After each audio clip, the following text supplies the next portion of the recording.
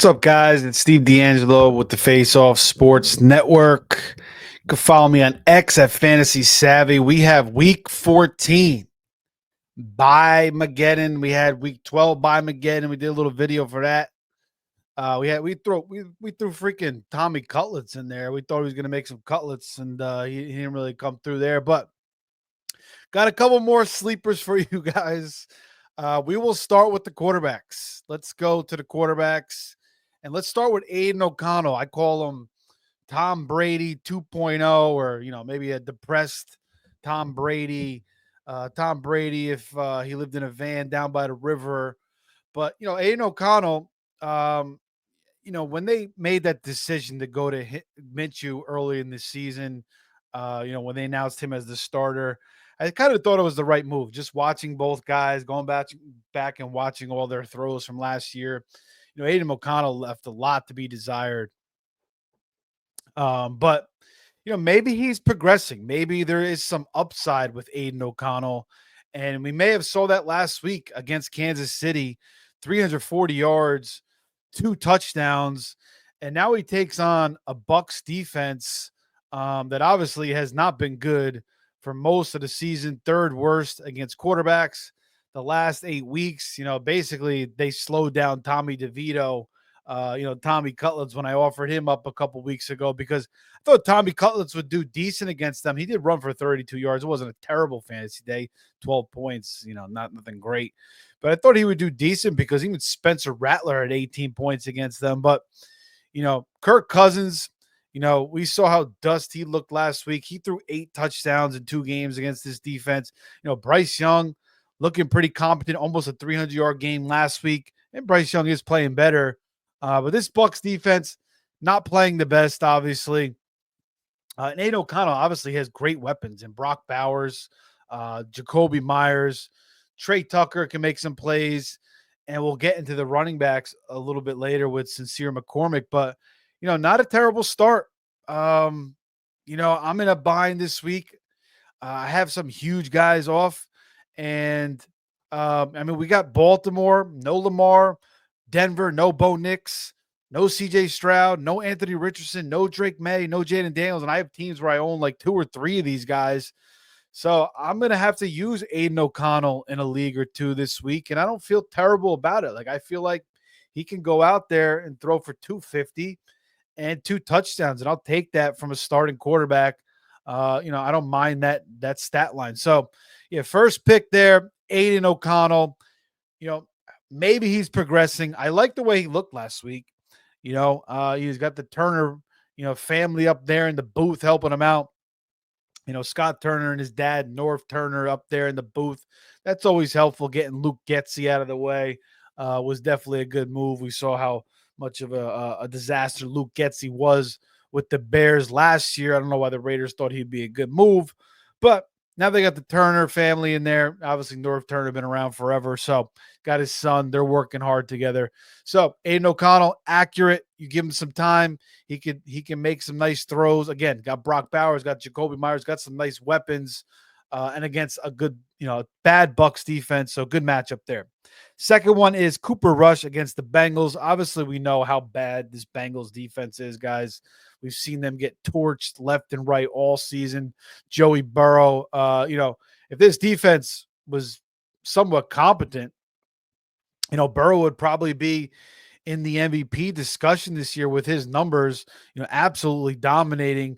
But Lou Anarumo, who, I like him. I've liked him in the past.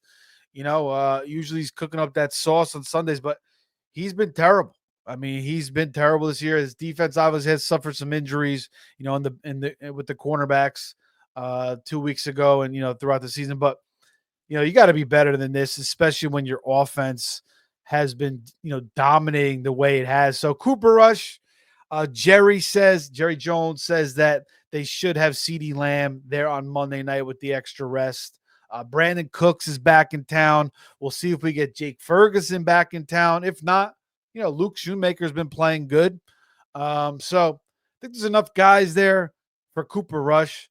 Has some playmakers. Rico Dowdle's making some plays too. And the Bengals defense, again, the worst in the league against quarterbacks. Russell Wilson just torched them for 400 yards and 3 touchdowns.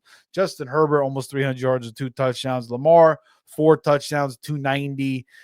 Before that, Lamar threw for 350 and another 4 touchdowns. So seemingly every single week, the Bengals are getting torched through the air. I mean, they even allowed Desmond Ridder to go 11 for 16 for 74 yards and a touchdown. So honestly, I don't feel bad about Cooper Rush either. I mean, I'm in a 14-team league. Jaden Daniels is my quarterback, and Drake May is my backup. And I picked up Russ, and I'm kind of thinking like, Russ against the Browns last time wasn't the best. I think he had like 16, 17 points. In some ways, I feel like Cooper Rush and maybe even Aiden O'Connell might be better than Russ this week. So, it's not something I'm really considering. I'm probably going to stick with Russ, but I'm just saying that, I'm fairly confident in these two guys. Another guy, Willie Levis, 7 touchdowns his last 4 games, and he's been over 250 yards twice. Playing a little bit better. Obviously, he's a turnover waiting to happen. He's a pick 6 king, sort of like Jameis Winston. He's got a huge arm. He's athletic, but as far as playing quarterback in the league, he's not all the way there. But against Jacksonville, their defense has been terrible as well. 4th worst against quarterbacks. They've been a disaster all season. They just lost Trevor Lawrence to the IR. So Mac Jones, that hurts a little bit as far as back and forth. But Mac Jones, at least, he was a little bit better last week.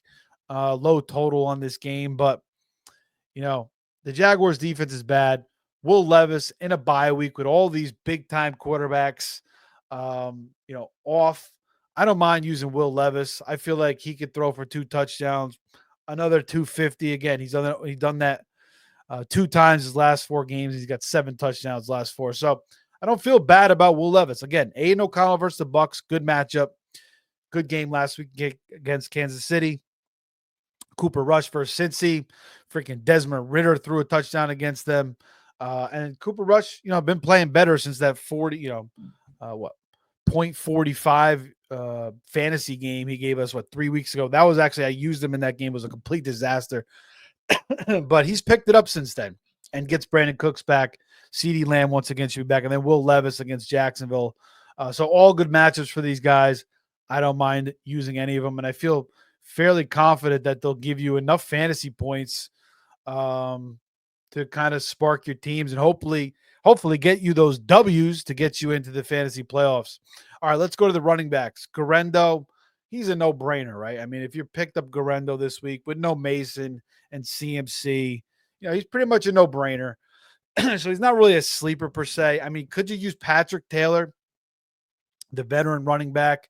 He played in a couple games earlier this year. Really didn't do anything, like 4 or 5 fantasy points. I could kind of see that happening again. So I'm not really thrilled about him. They also signed Israel Anabarakanda, who the Jets drafted. Is he going to do anything? Keyshawn Vaughn from the Bucs, anybody could really be successful, it seems like, in this San Francisco Shanahan system. But it's going to be Garendo. He showed out, at least for this game. The other guys may be a factor, I guess, as we move on with Mason now on the IR and McCaffrey out for the rest of the season as well, or at least on the IR for the next 4 weeks, maybe returns to the playoffs if they get back to that point.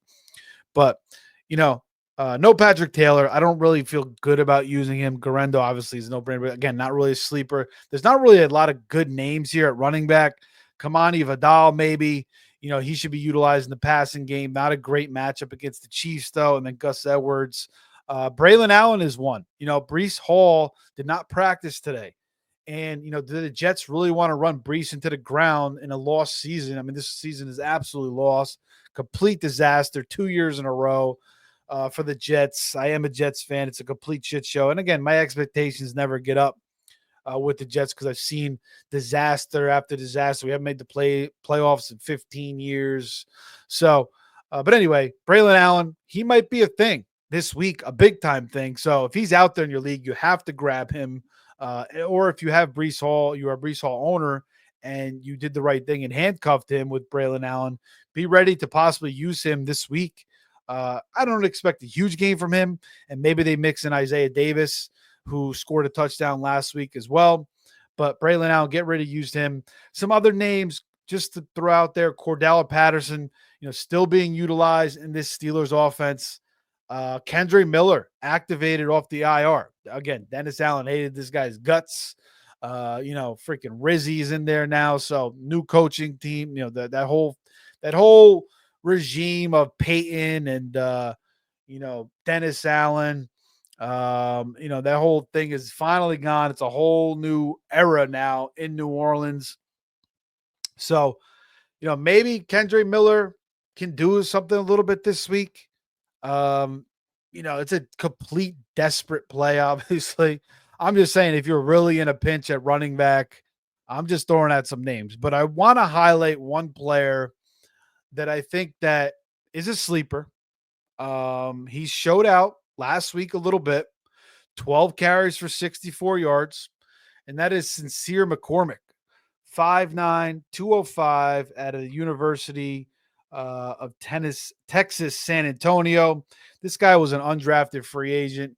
He kind of reminds me of Devin Singletary a little bit, but I like the way he ran against the Chiefs last week. And again, Chiefs number one against running backs, 12 for 64. This guy was a two-time Conference USA Offensive Player of the Year, had 34 rushing touchdowns in 3 seasons at the University of Texas, San Antonio, and had 3,500 total yards. So this guy could play. His 40 time was like 4.6. Again, reminds me of Singletary a little bit. But he, 5'9", 205's got a little bulk to him. He could break tackles. He had some strong runs last week, has some agility. And, why not Sincere McCormick here against the Bucs? Again, they're going to have scoring opportunities with Bowers, with Myers, with O'Connell against that defense. McCormick, and, he could fall into the end zone 1 or 2 times in this game. Antonio Pierce says he's making the most of his opportunities, and he'll keep getting opportunities. So we could see Alexander Mattison come back this week. That is possible. So it could be, a backfield of Mattison, Abdullah, and McCormick. Zamir White, I don't think he's coming back anytime soon. But again, this could be a hot hand type of thing. Madison's still a little bit banged up. It's not guaranteed he is playing this week. So Sincere McCormick, I think, is a guy that you don't only want to just add for this week. I think going forward, even into the fantasy playoffs, I think this guy might have a little bit of something. Maybe not, but I think it's worth a shot, on this fantasy landscape, with not a lot of running backs out there at this point. I think it's worth a shot.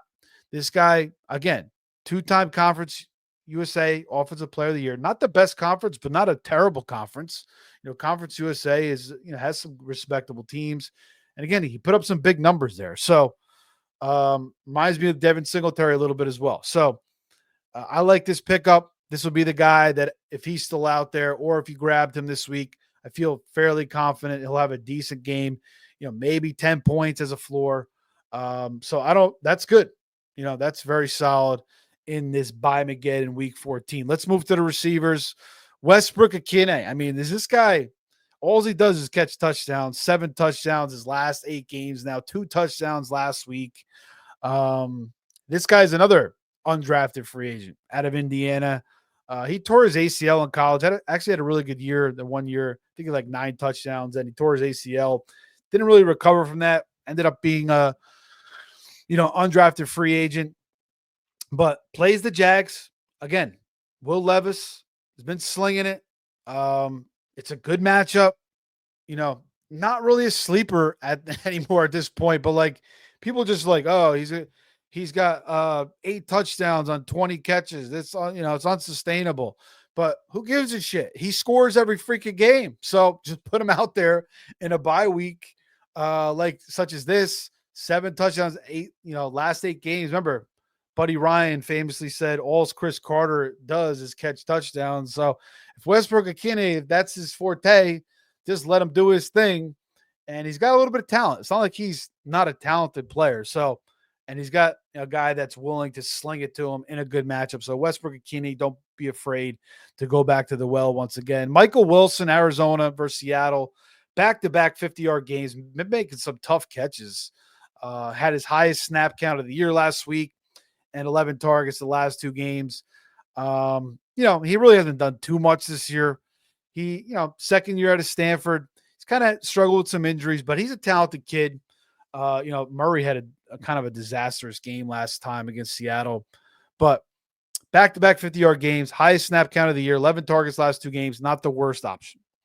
Let's go to the Packers Lions, 51.5 total. Romeo Doubs has already been declared out once again.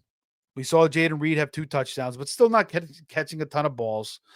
Christian Watson still hasn't fully geared up. Christian Watson, I think, is still somewhat of a sleeper. I'm picking him up. I put in a bid.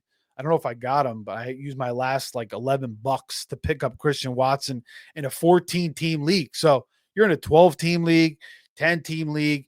10-team league, you might have better options, but a 12-team league, Christian Watson is a good option this week and is somewhat of a sleeper in a high total game with Jordan Love healthier. Remember, he had that freaking MCL injury. Then he hurt his groin. So we really haven't seen one of those like true explosive games that we saw out of Love last year. He did that multiple times. And Watson, a couple weeks ago, 4 for 150. This guy can go off at any time in a game against the Lions that could be back and forth in Detroit, in the Dome, in the turf. 51.5 total. Lions defense, no more Hutchinson, no more Anzalone. Huge pieces to their defense. I like going to Christian Watson in this spot. He could really have a big game. We saw Keenan Allen and DJ Moore have big games last week against this defense on Thanksgiving. So Christian Watson, fire him up. And then Dontavian Wicks. I know he's kind of been, obviously he was everybody's fantasy darling, fantasy sleeper early, in draft season. And then, when he had the opportunities, really hasn't done much. But again, no more Dobbs, high total. This could be a game where Wicks, Watson, and even Reed go off and craft.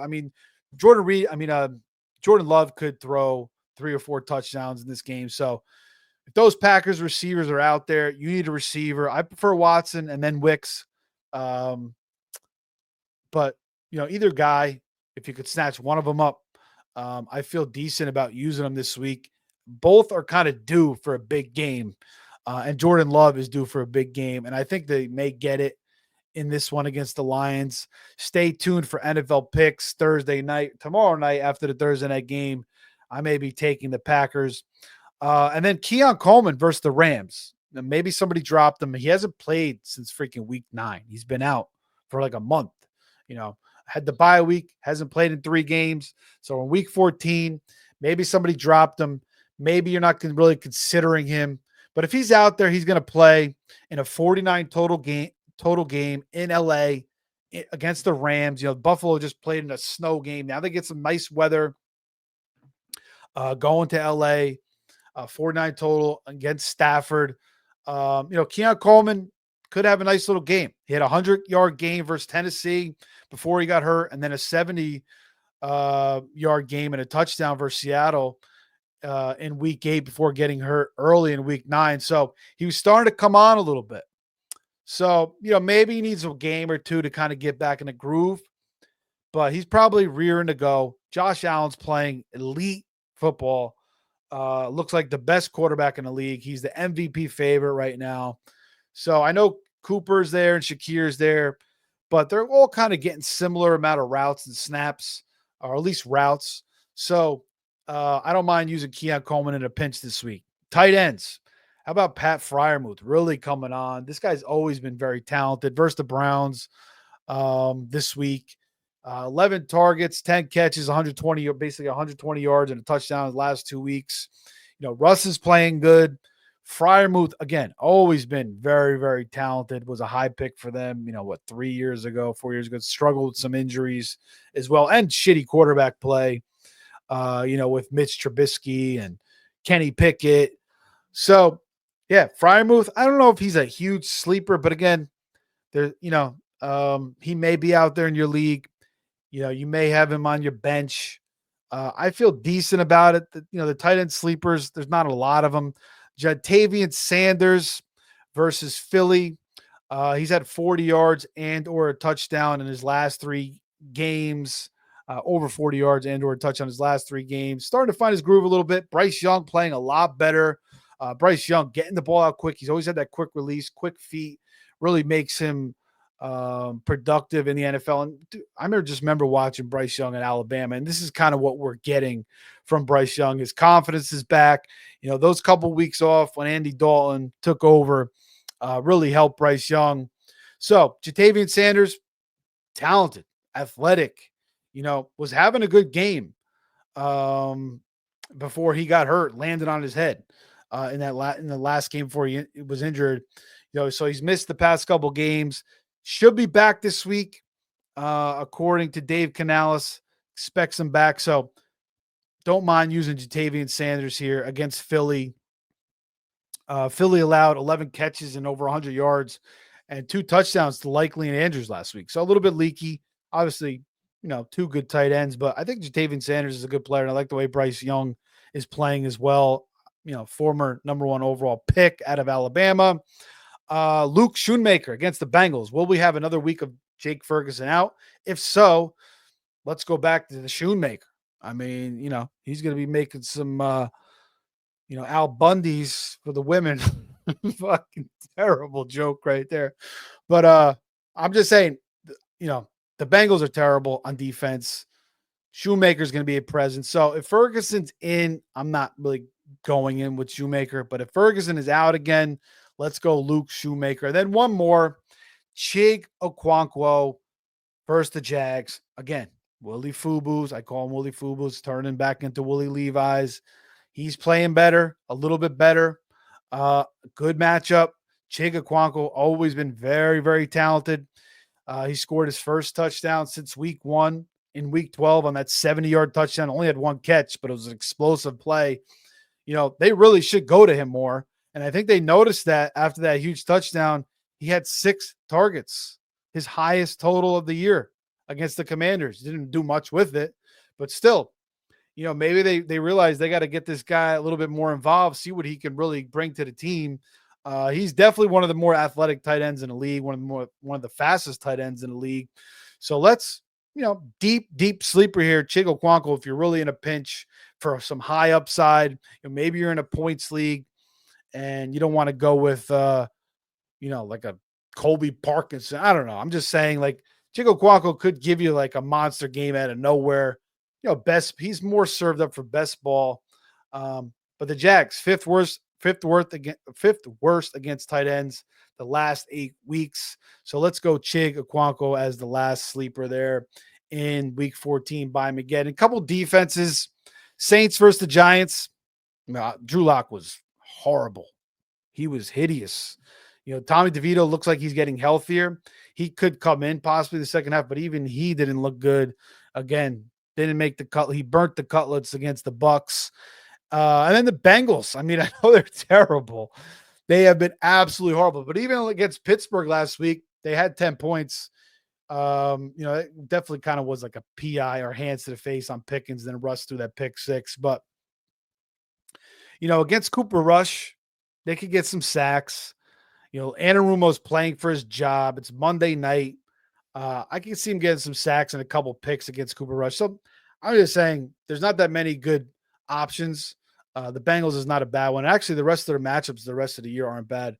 But the best one is Tennessee versus the Jags, probably against Mac Jones, if not the Saints. So the Saints versus the Giants and Tennessee versus the Jags in week 14 by Mageddon. So that's it, guys.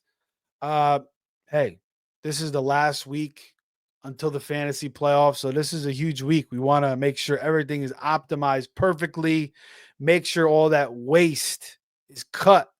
You have any guys that you could add that could potentially, do things for you this week and then going forward to the fantasy playoffs. Make sure you scour those free agent pools and pick up the best players possible and add them to your team. But this has been fun, guys. We'll be back tomorrow for a stardom situm show. And then I'll have my NFL picks after the game Thursday night, Friday, another stardom situm, Saturday DFS, hopefully with Mike, and then Sunday, one more stardom situm, most likely with Pete and Anthony before the game. So enjoy the weekend, guys. Enjoy the game tomorrow, Detroit. Very good game, obviously, Detroit, Green Bay. So that's it for me. Follow me on X at Fantasy Savvy. Take care.